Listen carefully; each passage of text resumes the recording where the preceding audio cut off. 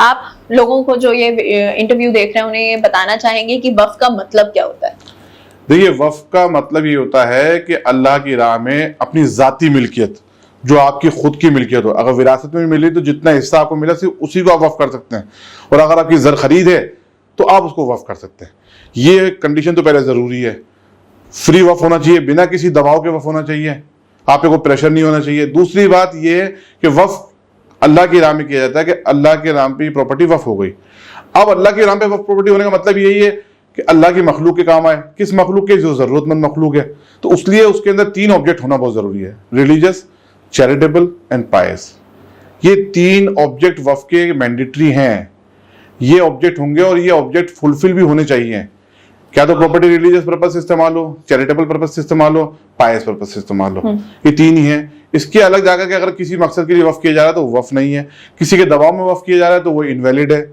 अगर आपकी जाती प्रॉपर्टी नहीं है, आपने उसमें कोई मिली भगत करके कोई प्रॉपर्टी हड़प ली और उसको वक्फ कर रहे हैं, तो वो आपकी प्रॉपर्टी वक्फ करना जायज नहीं है। अच्छा, किन चीजों को वक्फ किया जा सकता है? क्या सिर्फ प्रॉपर्टी और लैंड के ऊपर है या और भी चीजें? नहीं, वक्फ आप किसी भी चीज को कर सकते हैं। देखिए, प्रॉपर्टी को भी कर सकते हैं, और अगर आपका कोई बड़ा फंड है तो आप उसको भी वक्फ कर सकते हैं कि भाई ये फंड मैंने रिजर्व कर दिए, फला बहबूदी के लिए काम में ले जाए। ठीक है, शुरुआत कैसे हुई वक्फ की? ये तो हुजूर के दौर से शुरुआत रही है वक्फ की। देखिए, वक्फ तो हुजूर के दौर के अंदर भी हुआ, हुजूर के बाद में हज़रत उमर फारूक रज़ियल्लाहु तआला अन्हु जो इस्लाम के खलीफा रहे, उनके दौर में हुआ। और ख़ास तौर से जो मिसाल दी जाती है हज़रत उस्मान गनी के दौर की दी जाती है। हज़रत उस्मान गनी ने एक उस दौर में मदीना मुनव्वरा के अंदर एक कुआं खरीदा था, और वो कुएं, क्योंकि पानी की बहुत कमी थी, उस कुएं को खरीद के मदीने के लोगों के लिए उस पानी को वक्फ किया था। तो एक मेन मिसाल तो उसकी दी जाती है खास तौर से। तो ये शुरू से चलता आ रहा है सिस्टम इस्लाम में, ये आज का नहीं है, उस दौर से चला आ रहा है वक्फ का सिस्टम। और वक्फ सिर्फ फलाह बहबूदी के लिए किया जाता है, अल्लाह की मखलूक की खिदमत के लिए किया जाता है। जैसे कि आपने बताया कि अगर कोई चीज वक्फ हो रही है तो उसमें रिलीजियस होना चाहिए, चैरिटी होनी चाहिए और पायस होना चाहिए। जिस इंटेंशन से शुरू किया गया था, क्या आज भी वो इंटेंशन कायम है? देखिए, वो इंटेंशन कायम नहीं है, जब भी तो अमेंडमेंट की जरूरत पड़ी है। देखिए, वक्फ आज का नहीं है। 1863 का रिलीज एंडोमेंट एक्ट था, उसके तहत भी वक्फ होता, बाद में अमेंडमेंट होते गए। तो अगर हमारे हम संविधान की बात करते हैं तो संविधान के बाद में 1954 में वक्फ एक्ट इंट्रोड्यूस हुआ 1954 के अंदर। उसमें मंशा ये रखी गई कि इतना बड़ा इदारा है, इतनी प्रॉपर्टीज हैं, और उस प्रॉपर्टी को रेगुलेट कैसे किया जाए, उसको सही इंतजाम कैसे किया जाए, उसका एडमिनिस्ट्रेशन कैसे किया जाए, उसी को मंशा बना करके वक्फ एक्ट लाया गया और वक्फ बोर्ड का गठन हुआ उस वक्त जी।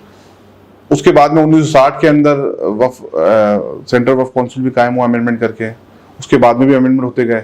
फिर 1995 में अमेंड हुआ। वक्त की जरूरत पड़ती गई ना सरकारों को, समय समय में सरकारों ने जरूरत महसूस की कि भाई ये कमी रह गई, ये कमी रह गई, ये कमी रह गई, वक्फ के ऑब्जेक्ट पूरे नहीं हो पा रहे हैं, इसीलिए अमेंडमेंट हुआ।